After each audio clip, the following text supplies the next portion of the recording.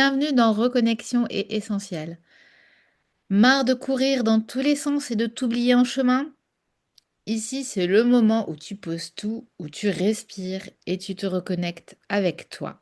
Je suis Stéphanie Vincent, coach et maman très aimée de 7 enfants maintenant. On parle ici de ce qui compte vraiment, toi, tes besoins, tes valeurs, tes émotions. Parce que l'idée, ce n'est pas juste de comprendre, mais c'est de ressentir, de faire des liens et d'oser des choix plus alignés. Allez, installe-toi, on démarre. Je dirais même plus, on redémarre puisque mon podcast, mes vidéos étaient un peu en pause et voilà, je reprends en douceur. Je vous emmène sur un petit chemin de 10 épisodes vous parlant de cette reprise et des prises de conscience que j'ai eues par rapport à celle-ci. Des petits blocages, des petites choses qui m'ont aidée. Et voilà, je t'invite à un petit chemin de réflexion sur 10 épisodes.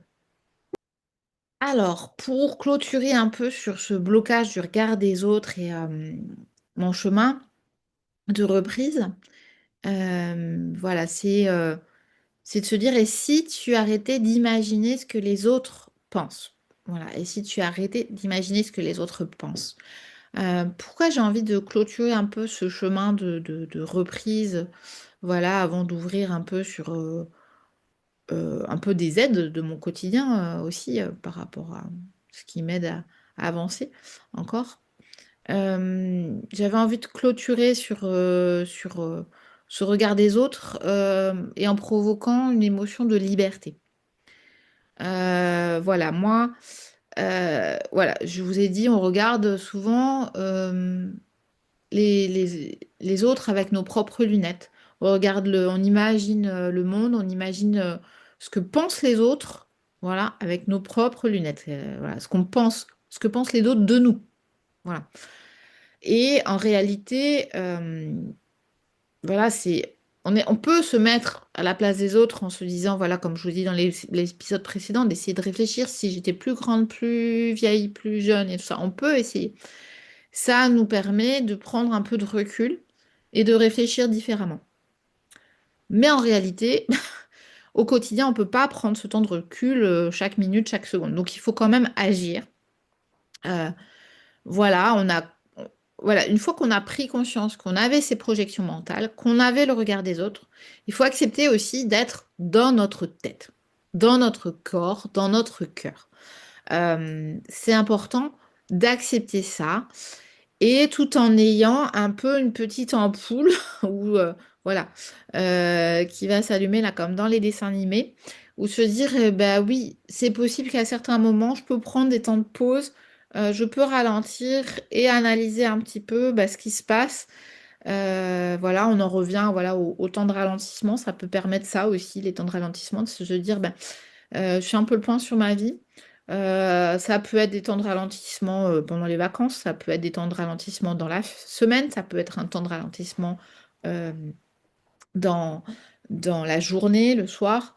Mais il y a un moment pour accélérer, pour reprendre sa journée, pour reprendre après un temps de vacances, pour reprendre après un temps voilà, plus cocooning parce qu'on a un bébé, parce qu'on a été malade, parce qu'on a un temps, on a eu un temps de rush de travail et puis que d'un seul coup, au niveau du travail, ça ralentit. Mais comment on fait pour reprendre? Bah, simplement, il faut accepter que bah, on est dans nos têtes, on a pris conscience de nos mécanismes et bah, il faut quand même agir avec ces mécanismes. Il faut agir finalement en ayant reconnu ces blocages. On va pas pouvoir tout démêler de la pelote de laine tout de suite. Et bah voilà, j'aime bien revenir au petit pas et agir et simplement se dire euh, qu'est-ce que tu ferais différemment si tu n'avais plus peur du regard des autres? Voilà. Qu'est-ce que tu ferais différemment si tu n'avais plus peur du regard des autres? Voilà, de se dire simplement, voilà, je suis dans ma tête, dans mon corps, dans mon cœur, il y a cette peur. Si j'enlève, qu'est-ce que j'aimerais faire? Qu'est-ce que j'aimerais faire différemment? Qu'est-ce que je retiens, mais que j'ai envie d'y aller?